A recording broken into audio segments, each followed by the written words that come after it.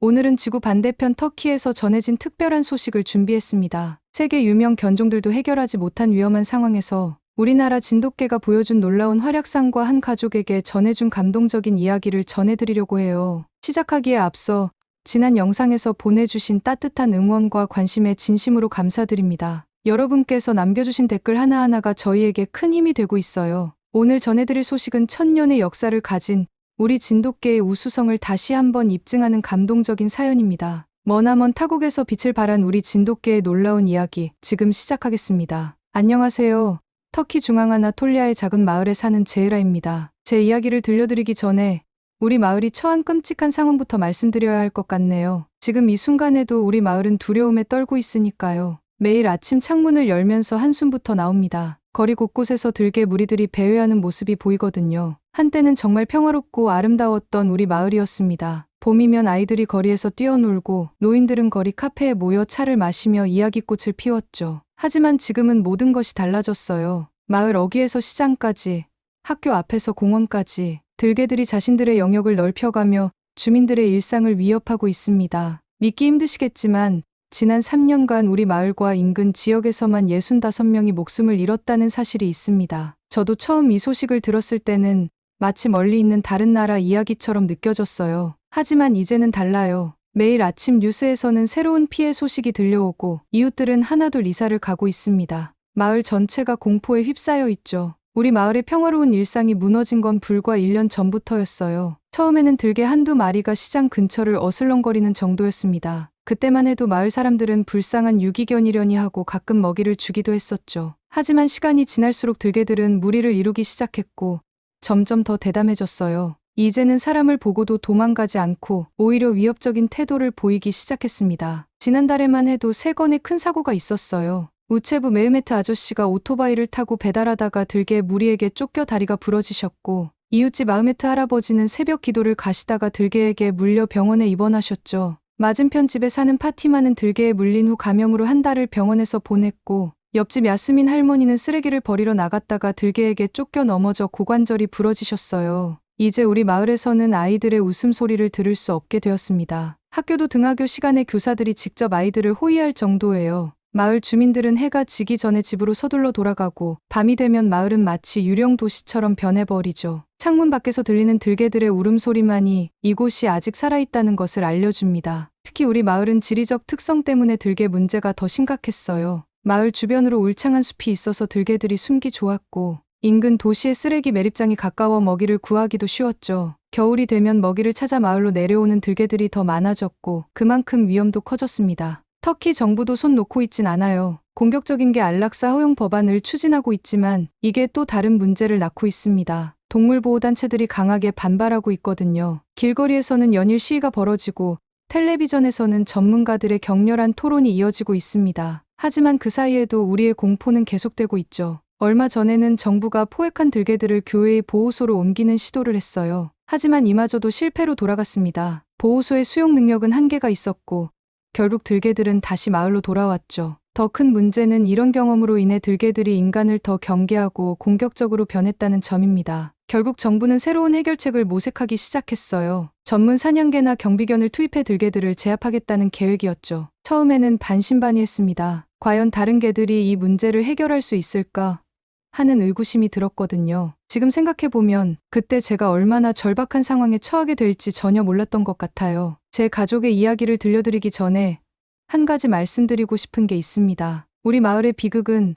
어쩌면 인간과 동물이 공존하는 방법을 잃어버린 현대 사회의 단면일지도 모르겠어요. 하지만 이런 절망적인 상황 속에서도 우리에게 희망을 안겨준 특별한 친구가 있었죠. 바로 한국에서 온 진돗개였습니다. 지금부터 제가 들려드릴 소식은 단순히 들개 문제를 해결한 성공담이 아닙니다. 이건 한 가족의 아픔과 치유, 그리고 예상치 못한 곳에서 찾은 희망에 관한 이야기예요. 그리고 그 희망은 다름 아닌 한국의 진돗개가 가져다 준 것이었습니다. 우리가 미처 알지 못했던 진돗개의 놀라운 능력과 충성심은 결국 우리 마을을 구원하는 열쇠가 되었죠. 그날의 일은 마치 어제 일처럼 생생합니다. 아침 일찍 일어나 커피를 내리던 중이었어요. 창밖에서는 아이샤가 장난감 자전거를 타고 있었죠. 평소처럼 마당에서만 놀던 아이가 답답했는지 집 앞 도로까지 나가 있었지만 거실 창문으로 보이는 거리였기에 특별히 신경 쓰지 않았습니다. 아이샤는 항상 씩씩하고 밝은 아이였어요. 학교에서도 선생님들의 사랑을 듬뿍 받았고 친구들 사이에서도 인기가 많았죠. 특히 어머니 하티제를 닮아 예쁜 미소를 가진 아이였습니다. 그런 아이샤의 비명소리를 들었을 때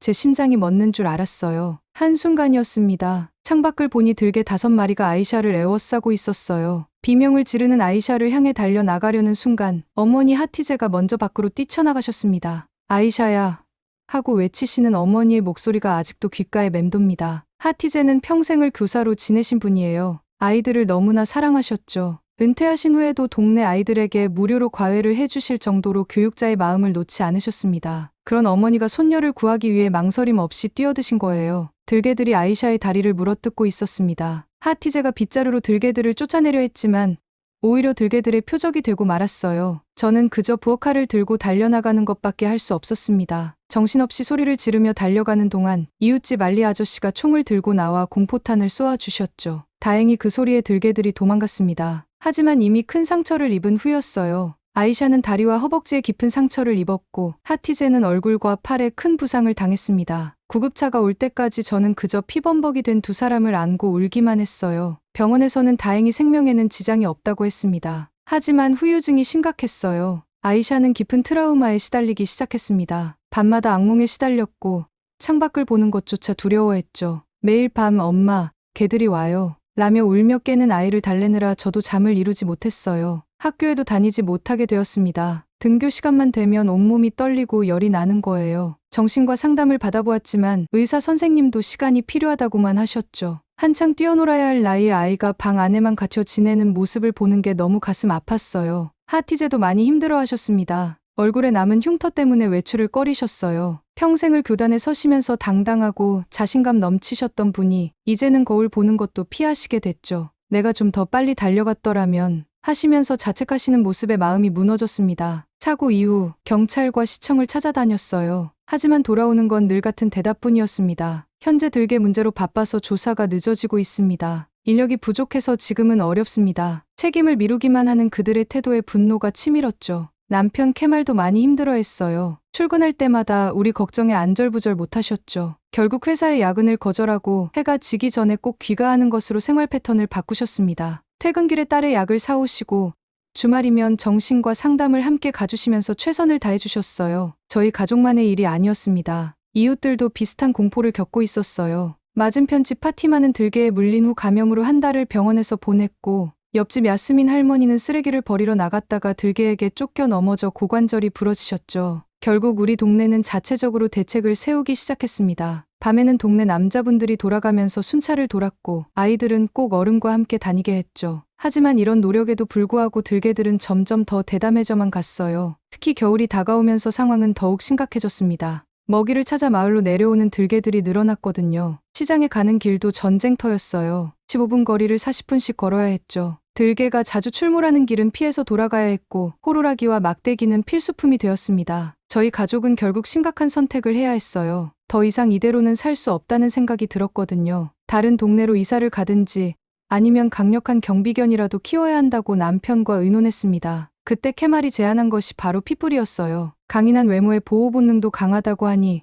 우리 가족을 지켜줄 수 있지 않을까 하는 기대를 했죠. 하지만 그 선택이 또 다른 비극의 시작이 될 줄은 몰랐습니다. 우리 가족을 지켜주리라 믿었던 그 선택이 오히려 더 큰 상처를 안겨주게 될 줄은 꿈에도 생각하지 못했죠. 남편 케말은 딸과 어머니의 사고 이후 많이 달라졌어요. 항상 차분하고 이성적이던 사람이 퇴근 후에는 마당에 앉아 한참을 멍하니 하늘만 바라보곤 했습니다. 가장으로서, 아들로서 가족을 지키지 못했다는 자책감에 시달렸나 봐요. 어느 날은 술에 취해 내가 그때 집에만 있었어도 라며 오열하시던 모습이 아직도 잊히지 않네요. 특히 하티제의 얼굴에 남은 흉터를 볼 때마다 케말의 어깨가 축 처지는 게 보였습니다. 평생 당당하게 교단에 서시던 어머니가 이제는 거울조차 보지 않으시는 모습에 케말의 분노는 날이 갈수록 커져갔어요. 밤마다 악몽에 시달리는 아이샤를 달래면서도 주먹을 불끈 쥐고 있는 케말의 모습이 안쓰러웠죠. 그러던 어느 날 케말이 미국 가정에서 많이 키운다는 핏불을 제안했어요. 여보, 이 개들은 싸움을 좋아하는 성향 때문에 오랫동안 투견으로 길러졌대요. 겉모습부터 사납게 생겨서 들개들이 함부로 우리 집에 접근하지 못할 거예요. 이웃들도 우리를 함부로 대하지 않겠죠. 처음에는 거절했습니다. 이미 들개로 인해 상처받은 가족들에게 또 다른 개를 드리는 게 부담스러웠거든요. 하지만 케말의 마지막 말에 마음이 흔들렸어요.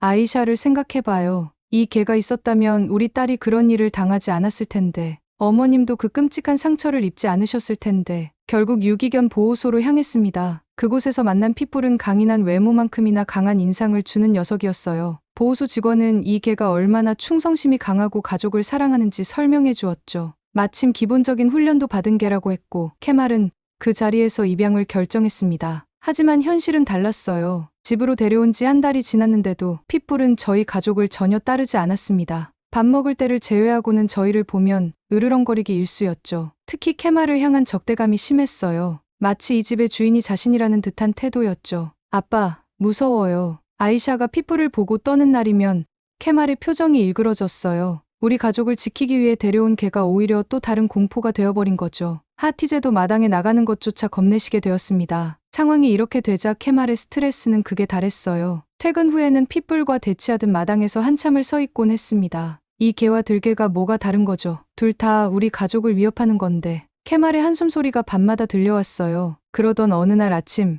핏불이 보이지 않았습니다. 마당을 둘러보니 울타리 문은 굳게 닫혀 있었고 창문과 현관문도 모두 잠겨 있었어요. 하지만 이상하게도 핏불의 모습은 보이지 않았죠. 불안감이 엄습했습니다. 밤새 어디론가 사라진 걸까요? 케말은 제게 집 안에 있으라고 하면서 자기가 찾아보겠다고 했어요. 불안한 마음에 신신당부했죠. 무슨 일 있으면 꼭 저를 부르세요. 하지만 그 말이 채 끝나기도 전에 뒷마당에서 끔찍한 비명이 들려왔습니다. 달려가 보니 케말이 피범벅이 된 채 쓰러져 있었어요. 창고 뒤에 숨어있던 핏불이 기습적으로 공격한 모양이었죠. 특히 얼굴을 집중적으로 공격했더군요. 그것도 우리에게 밥과 잠자리를 제공받던 개가 차라리 길거리 들개였다면 덜 배신감을 느꼈을 거예요. 응급실에서 의사는 80바늘을 꿰매야 한다고 했습니다. 평생 흉터가 남을 수도 있다는 말에 가슴이 무너졌어요. 케말은 마취에서 깨어나자마자 핏불은 어디 있어요? 라고 물었죠. 그 개가 도망쳐서 동네를 위협할까봐 걱정하는 눈치였어요. 병원에서 나와 곧장 경찰서로 달려갔습니다. 우리 집 핏불이 남편을 공격하고 도망쳤다고 주민들이 위험하다고 호소했지만 돌아오는 건 차가운 대답뿐이었어요. 아줌마, 우리가 집 나간 개까지 찾아줄 만큼 한가해 보이나요? 지금 들개 때문에 사람이 죽어나가는 판인데 결국 핏불은 들개 무리에 합류한 것 같았어요. 이제는 훈련받은 투견까지 들개 무리에 들어가 사람들을 위협하게 된 거죠. 우리 가족을 지키려고 시작한 일이 오히려 더 큰 재앙을 불러온 셈이었습니다. 케말은 퇴원 후 더욱 말수가 줄었어요. 자신의 잘못된 판단으로 다른 이웃들까지 위험에 빠뜨렸다는 자책감에 시달렸나 봐요. 밤이면 혼자 마당에 앉아 긴 한숨을 내쉬곤 했죠. 내가 너무 성급했어. 가족을 지키고 싶은 마음에 더 큰 실수를 저질렀네. 우리 가족의 시련은 거기서 끝나지 않았습니다. 동네 사람들의 시선도 차갑게 변했어요. 위험한 개를 데려와 도망가게 만든 집안이라고 수군거렸거든요. 아이샤는 학교에서 친구들에게 너희 집 개가 우리 동네를 망쳤어 라는 말을 듣고 울면서 돌아오기도 했습니다. 하지만 그때는 몰랐어. 이 모든 시련이 오히려 우리에게 더 큰 희망을 가져다 줄 거라는 걸. 그리고 그 희망은 다름 아닌 한국에서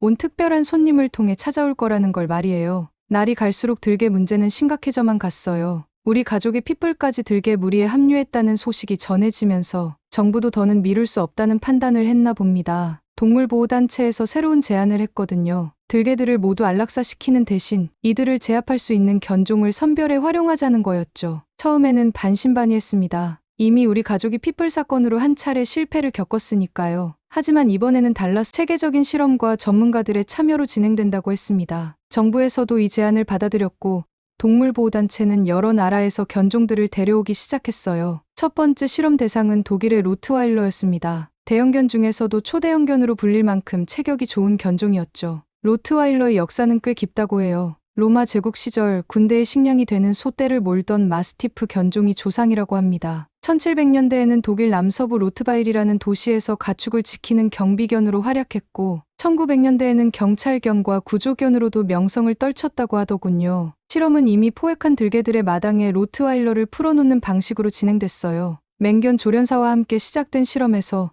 처음에 로트와일러는 차분한 모습을 보였습니다. 고개만 움직이며 들개들의 움직임을 파악하고 있었죠. 그러다 들개들이 갑자기 흥분하며 지저귀기 시작하자 로트와일러도 흥분 상태에 빠져들었어요. 맹견 조련사는 신호에 맞춰 목줄을 놓았고 로트와일러는 순식간에 들개들을 제압하는 데 성공했습니다. 동물보호단체는 만족스러운 표정으로 높은 점수를 주었죠. 하지만 문제는 그 후였어요. 로트와일러가 흥분 상태를 가라앉히지 못하고 오히려 관계자들을 향해 달려들기 시작한 겁니다. 나중에 알고 보니 로트와일러는 미국에서 인명, 살상 사고를 가장 많이 일으키는 견종 중 하나로 분류되어 있다고 해요. 다행히 맹견 조련사가 신속하게 대처해서 큰 사고는 막을 수 있었지만 동물보호단체는 결국 이 실험을 실패로 판정했습니다. 두 번째 실험 대상은 벨기에의 벨지안 셰퍼드였어요. 1891년 벨기에의 개종 경연대회에서 적응성과 지능 면에서 높은 평가를 받은 견종이라고 합니다. 경찰견과 수색견으로 많이 활용되었고 제2차 세계대전 때는 군견으로도 사용되었다고 하더군요. 이번에는 실제 상황과 비슷한 환경을 만들어 보기로 했어요. 시민들이 위협받는 상황을 연출한 거죠. 벨지안 셰퍼드는 처음에 들개들을 경계하는 모습을 보였습니다. 들개들이 시민들에게 다가가려 하자 짖기 시작했고 들개들은 발걸음을 멈추고 벨지안 셰퍼드와 대치했어요. 실험장은 금세 개들의 울음소리로 가득 찼습니다. 귀가 아플 정도로 시끄러웠죠. 한 마리의 들개가 벨지안 셰퍼드에게 달려들었고 본격적인 싸움이 시작됐어요. 하지만 세 마리의 들개가 동시에 공격하자 벨지안 셰퍼드는 점점 밀리기 시작했습니다. 그러다 갑자기 벨지안 셰퍼드의 태도가 바뀌었어요. 방향을 틀어 시민들을 향해 달려가기 시작한 거예요. 사람들은 놀라서 자리를 피했지만 한 어머니가 넘어진 아이를 일으키느라 시간이 걸렸죠. 벨지안 셰퍼드가 이빨을 드러내며 달려오는 동안 아이는 공포에 질려 울음을 터뜨렸고 어머니는 아이를 감싸 안은 채 떨고만 있었습니다. 다행히 맹견 조련사가 재빨리 뛰어들어 벨지안 셰퍼드를 제압했어요. 하마터면 큰 사고로 이어질 뻔했죠. 알고 보니 벨지안 셰퍼드는 낯선 사람이나 동물에 대한 경계심이 강해서 어릴 때부터 철저한 사회화 훈련이 필요한 견종이라고 합니다. 이 실험도 실패로 끝났어요. 이 소식이 인터넷에 퍼지자 시민들의 반발이 거셌습니다. 들개를 잡으려다 오히려 더 큰 위험을 만들어내고 있다는 비난이 쏟아졌죠. 시위대가 모여들었고 위험한 실험을 중단하라는 목소리가 높아졌어요. 하지만 정부는 뜻밖의 결정을 내렸습니다. 실험을 계속하겠다는 거였어요. 지금까지 시민들을 공격한 들개들을 그대로 둘 수는 없다는 게 이유였죠. 시민들은 정부의 결정에 분노했고 실험이 있는 날이면 모두들 문단속을 철저히 하고 집 밖으로 나오지 않았습니다. 그러던 어느 날 마지막 실험이라며 새로운 견종이 도착했다는 소식이 들렸어요. 저는 병원에 입원해 있는 남편을 문안하고 돌아오는 길이었는데 호기심을 참지 못하고 실험장에 들렀습니다. 일반 시민은 실험장 안으로 들어갈 수는 없었지만 유리창 너머로 구경하는 건 가능했거든요. 그곳에서 처음 본 개는 이전의 맹견들과는 전혀 달랐어요. 몸통과 다리는 늘씬했고 얼굴은 다른 개들처럼 험상궂지 않았죠. 하얀 털을 가진 이 개는 한국의 천연기념물이라는 진돗개였습니다. 처음 보는 저도 옆에 있던 다른 구경꾼들도 고개를 갸우뚱했어요. 맹견도 실패한 실험을 저렇게 순해 보이는 개가 해낼 수 있을까 하는 의구심이 들었거든요. 하지만 그때는 몰랐습니다. 이 특별한 개가 우리 마을에 어떤 변화를 가져올지, 그리고 제 삶이 어떻게 바뀌게 될지를. 진돗개가 처음 실험장에 등장했을 때 사람들의 반응은 한결같았어요. 저렇게 순해 보이는 개가 들개를 제압할 수 있을까? 앞선 실험의 로트와일러나 벨지안 셰퍼드처럼 위압적인 외모도 아니었고 덩치도 그리 크지 않았거든요. 하지만 그건 우리의 편견이었습니다. 한국인 조련사의 설명에 따르면 진돗개는 1000년이 넘는 세월 동안 한국의 토종견으로 자리 잡아왔다고 해요. 특히 인상적이었던 건 이 개들이 가진 독특한 충성심이었습니다. 주인을 위해서라면 목숨도 바칠 수 있는 견종이라고 하더군요. 게다가 영리해서 상황 판단력이 뛰어나고 불필요한 공격성은 없다고 했어요. 실험이 시작되자 진돗개의 태도가 달라졌습니다. 앞선 두 견종이 들개를 보자마자 흥분했던 것과는 달리 진돗개는 차분하게 상황을 살폈어요. 마치 전략을 세우듯 들개들의 움직임을 주시하는 모습이 인상적이었죠. 들개들이 있는 울타리 문이 열리자 들개들은 진돗개를 만만하게 보았는지 바로 달려들었습니다. 하지만 진돗개는 침착했어요. 들개들의 공격을 요령껏 피하면서도 기회가 생기면 정확하게 반격을 가했죠. 다른 견종들이 맹목적인 힘으로 싸웠다면 진돗개는 마치 무술 고수처럼 상대의 약점을 노리는 듯했어요. 그때였습니다. 갑자기 진돗개가 들개들을 가볍게 따돌리더니 제가 서 있는 쪽으로 달려오기 시작했어요. 순간 겁이 났죠. 다른 견종들처럼 이성을 잃은 걸까 싶었거든요. 하지만 진돗개의 눈빛은 달랐습니다. 제 뒤에 있는 무언가를 보고 있었어요. 뒤를 돌아보니 어느새 들개 한 마리가 제 뒤에 서 있었습니다. 아마도 실험장 밖에서 몰래 들어온 것 같았어요. 침을 흘리며 저를 노려보는 들개를 보자 온몸이 굳어버렸죠. 도망칠 수도 없었어요. 그 순간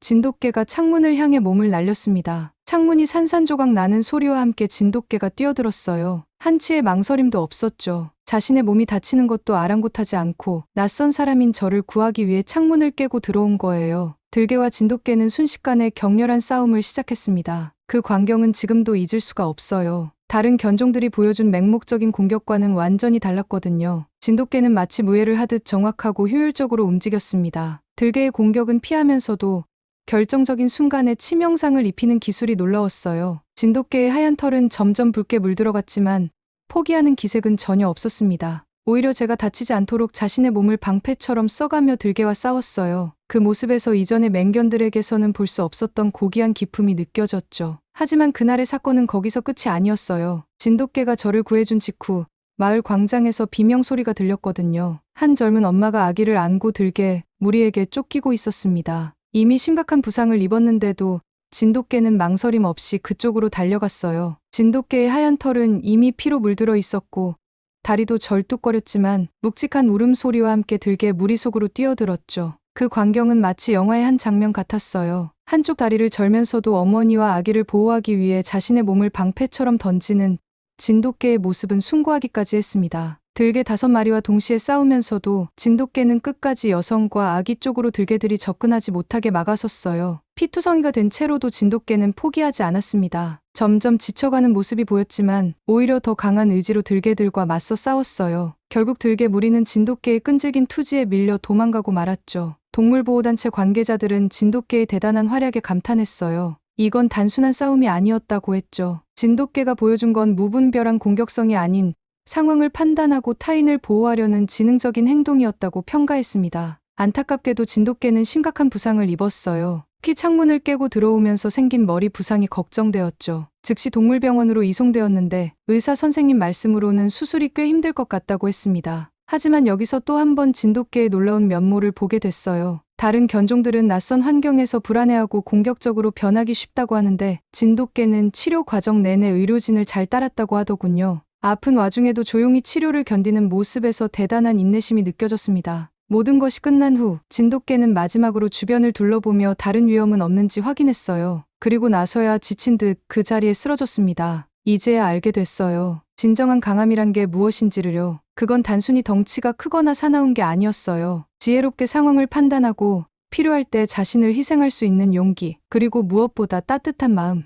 진돗개는 그 모든 것을 가지고 있었습니다. 진돗개의 활약은 순식간에 뉴스가 되었어요. 한국의 토종견이 터키의 작은 마을을 구했다는 소식이 전국으로 퍼져나갔죠. 진돗개가 보여준 용맹함과 충성심, 그리고 영리함은 많은 사람들의 마음을 움직였습니다. 저는 동물보호단체를 찾아가 제 목숨을 구해준 진돗개를 입양하고 싶다고 말씀드렸어요. 처음에는 진돗개의 상태가 너무 위중해서 망설이시는 듯했지만 한국 조련사와 연락을 주고받은 끝에 입양을 허락해 주셨습니다. 병원에서 만난 진돗개는 온몸이 붕대로 감겨 있었어요. 호흡기까지 달고 있는 모습을 보니 마음이 아팠죠. 의사 선생님은 시간이 오래 걸리겠지만 꾸준히 치료하면 95% 정도는 회복할 수 있을 거라고 했습니다. 남편 캐말도 진돗개의 이야기를 듣고는 크게 감동했어요. pitbull을 잘못 선택해 마을에 피해를 준 것에 대한 죄책감이 컸던 캐말은 이를 만회하고 싶어 했죠. 여보, 우리가 실수로 마을에 위험을 가져왔지만 이제는 진돗개와 함께 그 잘못을 바로잡고 싶어요. 캐말은 한국 조련사와 연락을 취해 추가로 진돗개 5마리를 더 데려오기로 했습니다. 우리 가족을 위한 한 마리를 제외하고 나머지는 핏불 사고로 피해를 입은 이웃들에게 선물하기로 한 거예요. 특히 어린 자녀가 있는 가정을 우선으로 선정했죠. 처음에는 개를 또 키우는 것을 걱정하는 이웃들도 있었어요. 하지만 진돗개들은 우리의 기대 이상이었습니다. 영리하고 온순한 성격으로 금세 가족들의 마음을 사로잡았고 위험한 상황에서는 든든한 보호자가 되어주었죠. 특히 아이들과 잘 어울리는 모습은 정말 보기 좋았어요. 우리 집에 온 진돗개는 아직 왼쪽 앞다리를 약간 절었지만 눈빛만큼은 여전히 총명했습니다. 캐말은 진돗개를 자식처럼 아끼며 매일 산책을 데리고 나갔어요. 이 녀석은 나와 비슷해요. 상처를 입었지만 그만큼 더 강해졌으니까요. 딸 아이샤도 진돗개 덕분에 많이 달라졌어요. 들개 공격 이후로 외출을 무서워하고 악몽에 시달리던 아이가 이제는 진돗개와 함께라면 어디든 당당하게 다닐 수 있게 되었죠. 어머니 하티제도 진돗개와 산책하면서 조금씩 자신감을 되찾아가고 있어요. 마을의 분위기도 많이 달라졌습니다. 이제는 들개 무리가 나타나도 진돗개들이 있어 안심이 되었어요. 실제로 진돗개들은 들개 무리가 마을에 접근하면 조용히 그들을 몰아내곤 했죠. 불필요한 싸움 없이도 마을의 평화를 지켜주었습니다. 진돗개의 이야기는 터키 전역으로 퍼져나갔어요. 다른 지역에서도 진돗개 입양 문의가 이어졌고 동물보호단체는 한국과 협력하여 진돗개 도입 프로그램을 시작했다고 합니다. 이제는 터키의 여러 도시에서 진돗개들이 마을의 수호자로 활약하고 있죠. 얼마 전에는 경찰들이 찾아와 아이샤의 사고에 대해 진심 어린 사과를 했어요. 범인을 쫓고 있다며 꼭 잡아서 죄값을 치르게 하겠다고 약속했죠. 케말과 저는 더 이상 나쁜 마음은 품지 않기로 했습니다. 이제는 앞으로 나아갈 시간이니까요. 제 곁에 있는 진돗개를 바라보면 가끔 신기한 생각이 들어요. 한국이라는 멀리 있는 나라의 개가 우리 가족에게 이렇게 큰 행복을 가져다 주다니. 진돗개는 단순한 반려동물이 아닌 우리 가족의 수호자이자 희망이 되었습니다. 이제 우리 마을에서는 한국의 진돗개가 터키의 수호견이 되었다는 이야기가 전설처럼 전해지고 있어요. 충성심 깊고 영리한 진돗개들 덕분에 마을은 다시 평화를 되찾았고 주민들의 얼굴에도 웃음이 돌아왔습니다. 저는 이제 믿어요. 진정한 용기와 충성심은 국경을 넘어설 수 있다는 것을. 그리고 때로는 멀리서 온 작은 영웅이 우리의 삶을 완전히 바꿔놓을 수 있다는 것도요. 우리 가족과 마을에 찾아온 특별한 선물, 진돗개의 이야기는 앞으로도 오래도록 기억될 것 같습니다. 지금까지 터키의 한 작은 마을에서 있었던 진돗개 이야기를 들어주셔서 감사합니다. 오늘의 감동라디오 소식이 마음에 드셨다면 구독과 좋아요 부탁드립니다. 앞으로도 한국의 우수한 문화와 전통이 세계 곳곳에서 빛을 발하는 감동적인 이야기들을 전해드리도록 하겠습니다. 댓글로 여러분의 생각도 꼭 들려주세요. 여러분의 응원과 관심이 저희에게 큰 힘이 됩니다. 다음 이야기로 다시 찾아뵙겠습니다. 감사합니다.